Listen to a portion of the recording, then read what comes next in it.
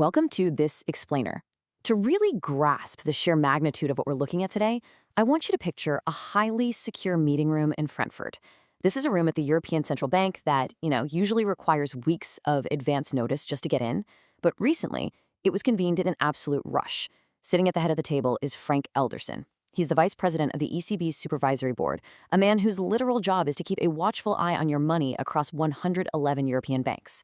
And he looked at the executives of Europe's largest financial institutions and delivered a chilling message, one that perfectly sets the stage for what we're unpacking today.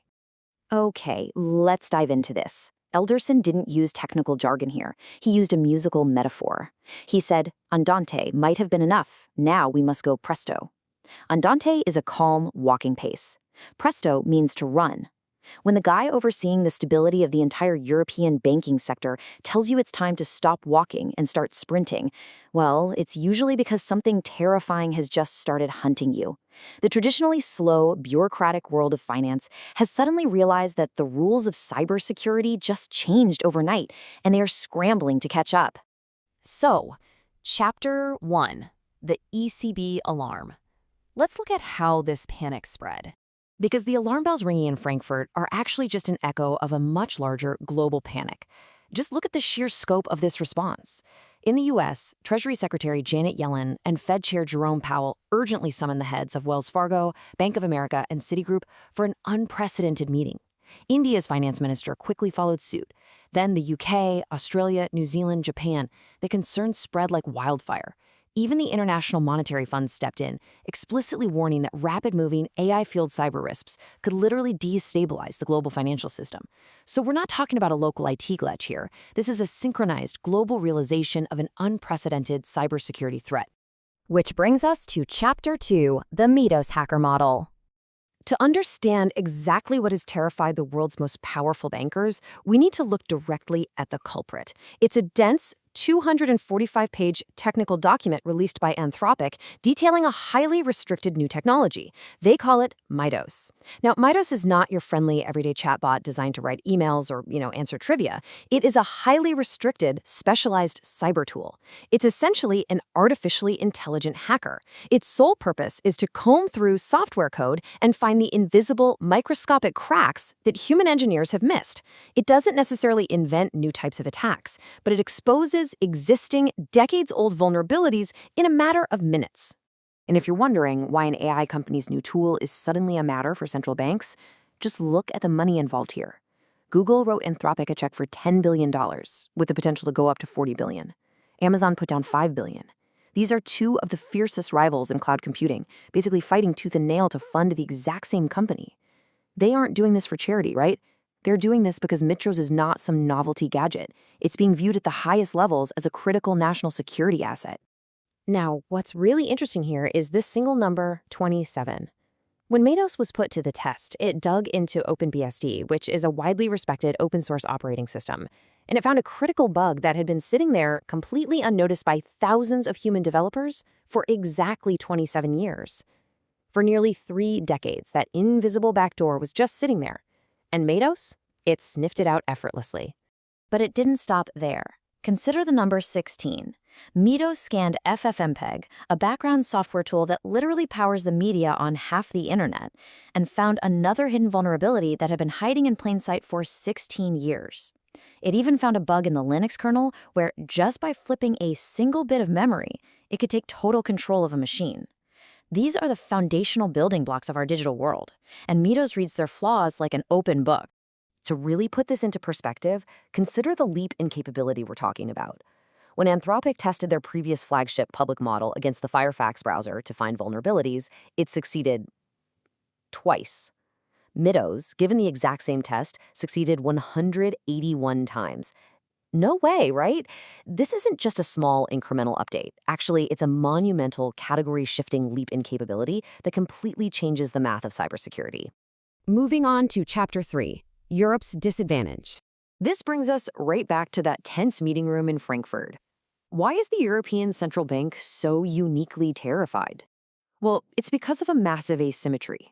You see, the giant U.S. banks on Wall Street, like JP Morgan, have already been given exclusive early access to Mitos to test their own systems. But European banks? They are totally in the dark. Plus, a massive chunk of European banking infrastructure is still running on COBOL. That's a programming language created literally 50 years ago.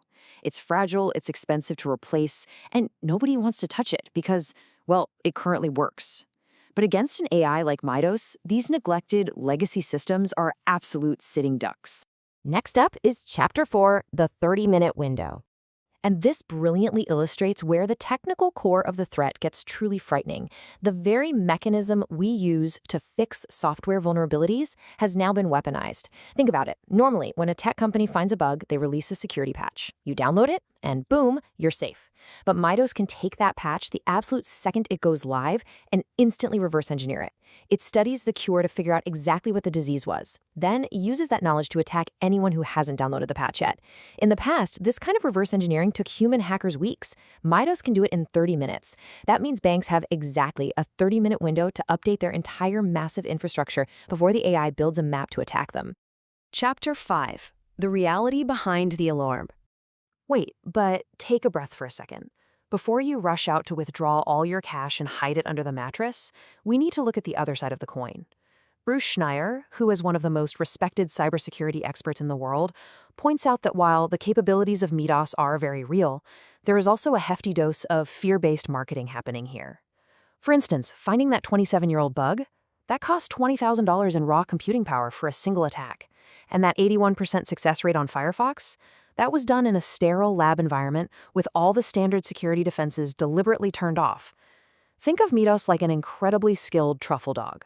It's amazing at sniffing out open doors or rusty locks, but if a bank's real-world defenses are properly configured and the digital doors are actually locked, well, the dog can bark all at once, but it cannot bite. Let's move on and see how this builds, because the real danger isn't necessarily Mitos today, sitting locked away in a secure corporate vault. The real danger is a ticking clock. Think about this. 3 years ago, it took 16 months for elite private AI capabilities to trickle down into free public models. Today, that gap is just 2 months. Experts predict that within 6 to 18 months, the terrifying reverse engineering power of Mitos will be available for free. Any 19-year-old with a laptop anywhere in the world will have this power without any safety guardrails whatsoever. That is exactly why the ECB is panicking. They have months, not years, to fix decades of neglect. Finally, Chapter 6, the value of trust. We've talked a lot about central banks, 50-year-old code, and billion-dollar AI investments. But what does this mean for you, the individual at the end of the line? You obviously can't upgrade the servers at your local bank branch, but you are far from helpless in this new landscape. So the crucial point is this: your basic cyber hygiene is now the front line of defense. Remember that terrifying 30-minute window we discussed? That window stays wide open as long as you hit Remind Me Tomorrow on your phone or computer updates. You must update your devices immediately. You've got to turn on two-factor authentication, even if it's kind of annoying. And you absolutely must stop using the same password for everything. It sounds so basic, right? But in a world where AI exploits the tiniest human delay, millions of people doing these simple things is the only collective defense we actually have. And that leads us to the ultimate realization. Banks don't actually sell mortgages or checking accounts. They sell trust. You leave your money there because you trust it'll be there tomorrow. But decades of that trust can be vaporized by a single, highly publicized AI attack. The true threat to the financial system isn't just an AI draining accounts. It's the sheer panic that follows. Once fear enters the system, you can't just patch it with a software update. So as this AI arms race accelerates in the coming months, the question we really have to ask ourselves is, how resilient is our trust? And are we prepared for the day that trust is truly put to the test?